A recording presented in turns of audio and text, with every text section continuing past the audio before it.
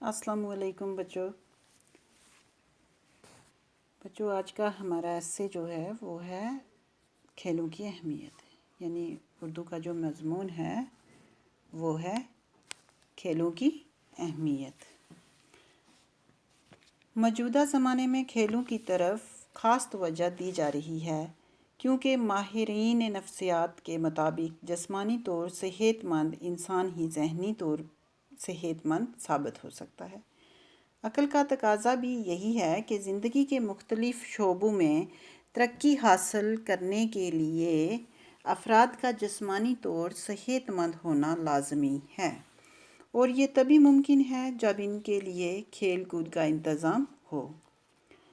کھیل انسان کی تفریح اور صحت کی پائیداری کا ضامن ہے۔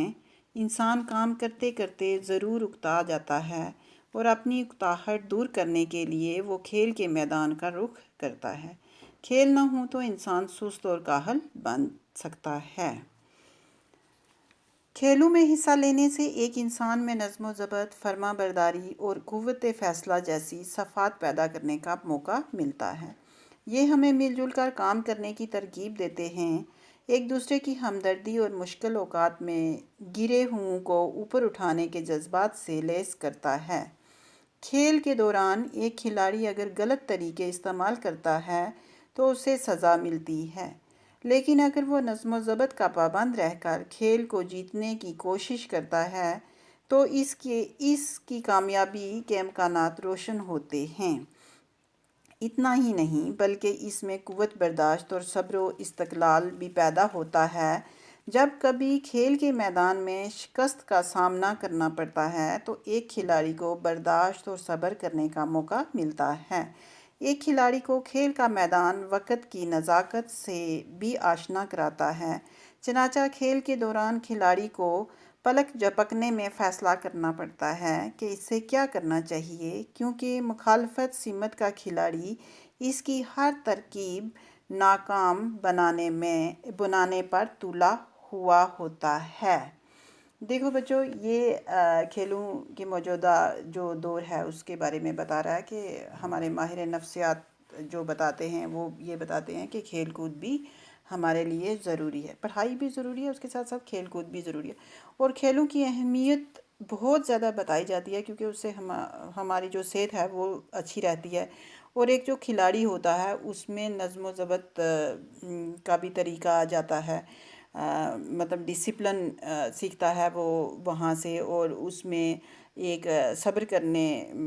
برداشت کرنے کا طریقہ بھی اس کو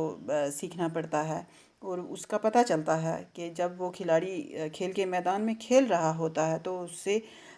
دوسرے کھلاڑیوں کو بھی موقع دینا پڑتا ہے اور خود بھی۔ اور ایک خاص بات جو کہ انہوں نے بتائی ہے کہ ہمیں ایک سیکنڈ میں فیصلہ کرنا ہوتا ہے، لمحے کے لمحے ہمیں فیصلہ کرنا پڑتا ہے جب ہم کھیل رہے ہوتے ہیں کہ آگے والے کھلاڑی جو ہیں وہ ہمیں نیکسٹ ان کا کیا وہ کر سکتے ہیں، کیا فیصلہ ہو سکتا، کون سی ترکیب وہ ہمارے پر ڈالیں گے۔ تو کھیل میں یہ بھی ہمیں پتہ چلتا ہے، اور سب سے بڑی بات یہ ہے کہ ہم جب کسی سے ملتے ہیں تو اس کے ساتھ کس طرح ہمدردی کے ساتھ جو ہیں وہ ملا جاتا ہے،